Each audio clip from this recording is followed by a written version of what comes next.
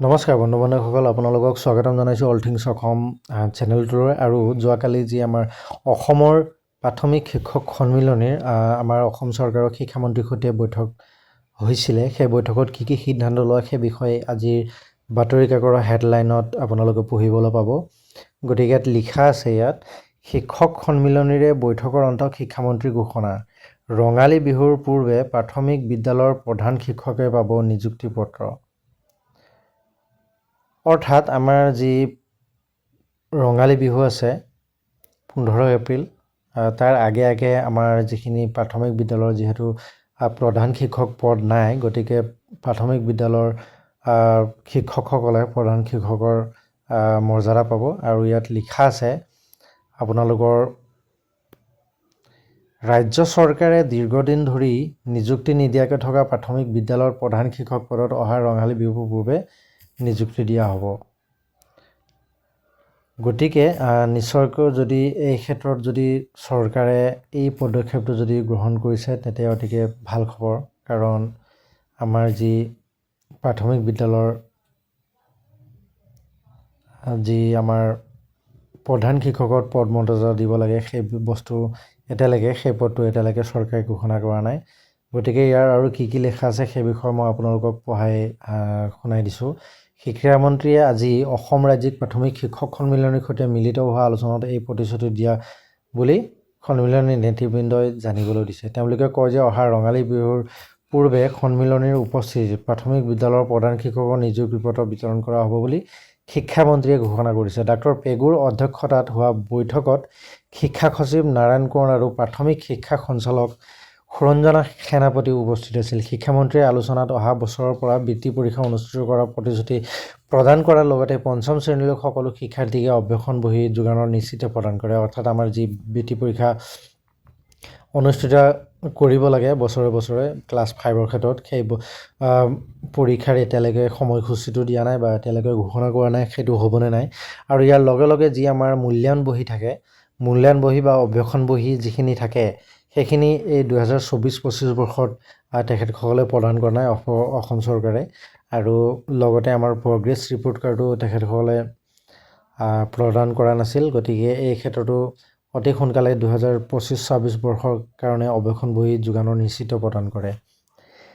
SIO অনুমোদনৰ অভাৱত বিশেষ নিযুক্তিৰ প্ৰক্ৰিয়াৰে নিযুক্ত শিক্ষকৰ দৰমহাত যাতে কোনো জটি পৰিব নোৱাৰে তাৰ বাবে পুনৰ ব্যৱস্থা গ্ৰহণ কৰাৰ নিশ্চিতি প্ৰদান কৰে। অৰ্থাৎ SRDৰ জৰিয়তে যিসকল আমাৰ শিক্ষকবৃন্দ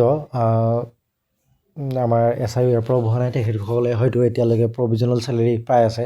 গতিকে এই ক্ষেত্ৰত যাতে তেখেতসকলে আৰু প্ৰভিজনেল চেলেৰি পাই থাকিব পাৰে, সেই ক্ষেত্ৰত তেখেতে আমাৰ প্ৰাথমিক শিক্ষক সন্মিলনে গুৰুত্ব প্ৰদান কৰিছে আৰু সেই ক্ষেত্ৰত সহমত প্ৰদান কৰিছে আমাৰ শিক্ষামন্ত্ৰী মহোদয়ে। আনহাতে ঠিকাভিত্তিকভাৱে কৰ্মৰত শিক্ষকৰ সংশোধিত সাময়িক পদোন্নতিৰ অনুমোদন দিয়াৰ ব্যৱস্থা গ্ৰহণৰ প্ৰতিশ্ৰুতি প্ৰদান কৰে।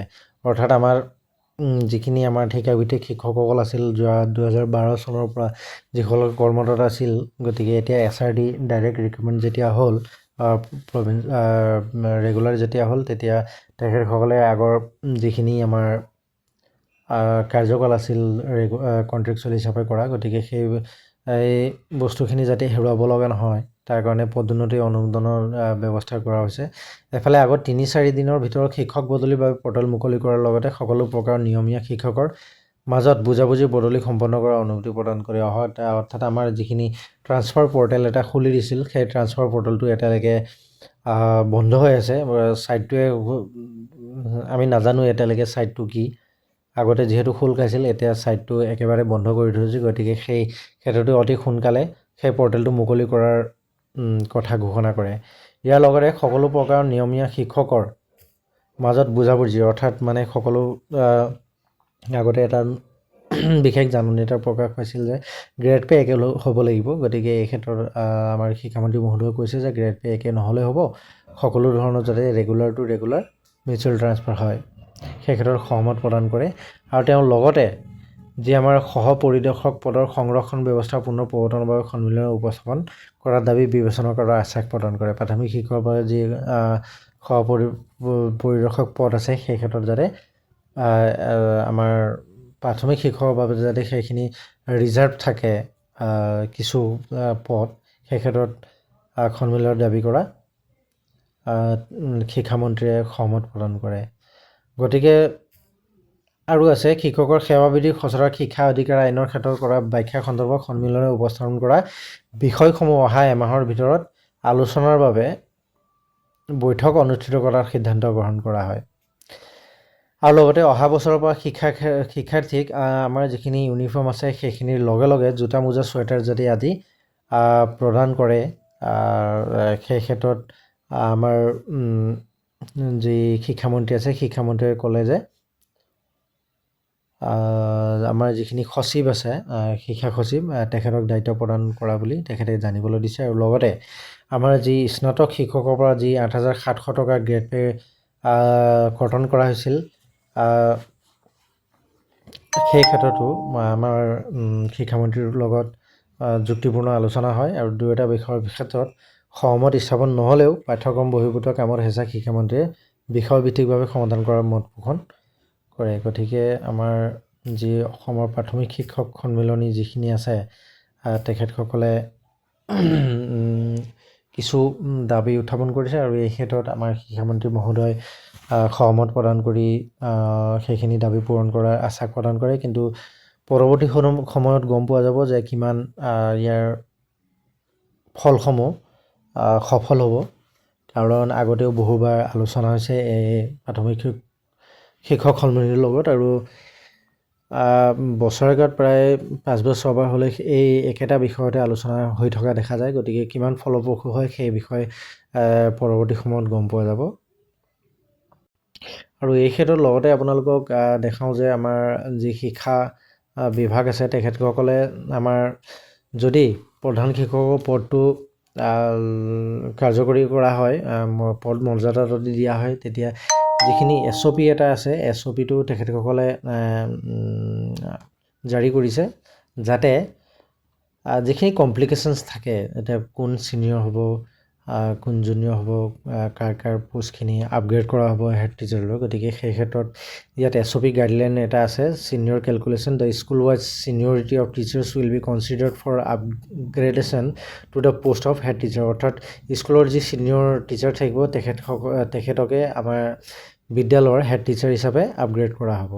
আৰু 2 নম্বৰত আছে appointment date of SRD teachers recruited under special recruitment drive will have their seniority counted from the date of their new appointment under the jurisdiction of the Director of Elementary Education। অৰ্থাৎ আমাৰ যি সদ্যহতে নিযুক্তিপ্ৰাপ্ত যি SRD শিক্ষকসকল আছে, গতিকে তেখেতসকলে নিয়মীয়া পদত যোগদান কৰিছে, গতিকে সেই ডেটটোৰ পৰা তেখেতসকলৰ নতুন এপইণ্টমেণ্ট বুলি ধৰা হ'ব। এই ক্ষেত্ৰত SOP জাৰি কৰিছে। আৰু exclusion of contractual service the contractual period of SRD teachers will not be considered for seniority, যে যিখিনি কণ্ট্ৰেকচুৱেল পিৰিয়ডত তেখেতসকলে টিচিং কৰিছিল যিমান বছৰ হ'লেও সেইখিনি ক্লেইম কৰিব নোৱাৰে বুলি ইয়াত প্ৰকাশ পাইছে।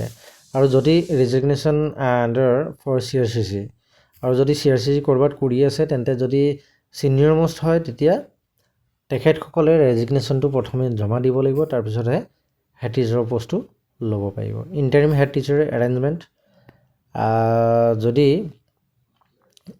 ৰেগুলাৰ টিচাৰ যদি কোনো এখন স্কুলত নাই তেতিয়া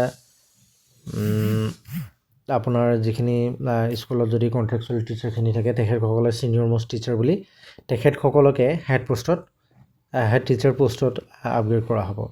তাৰপিছত আছে upgradation of SRD appointed senior most teachers. If a school has no' regular teachers and the SRD appointed teacher is the senior most, they will be upgraded to the post of head teacher and their previous position will be automatically abolished। গতিকে যদি এখন স্কুলত কোনো regular teacher নাথাকে আৰু গোটেইকেইজন যদি SRD appointment teacher হয়, গতিকে SRD এপইণ্ট টিচাৰৰ ভিতৰতে এজনক ছিনিয়ৰ মষ্ট হিচাপে গণ্য কৰা হ'ব আৰু তেখেতকে হেড টিচাৰ পষ্টত আপগ্ৰেড কৰা হ'ব। গতিকে বন্ধুসকল, ইমানেই আছিল আজিৰ ভিডিঅ'টোত। যদি আপোনালোকে ভাল পাইছে চেনেলটো ছাবস্ক্ৰাইব কৰি দিব আৰু শ্বেয়াৰ কৰি দিব। ধন্যবাদ।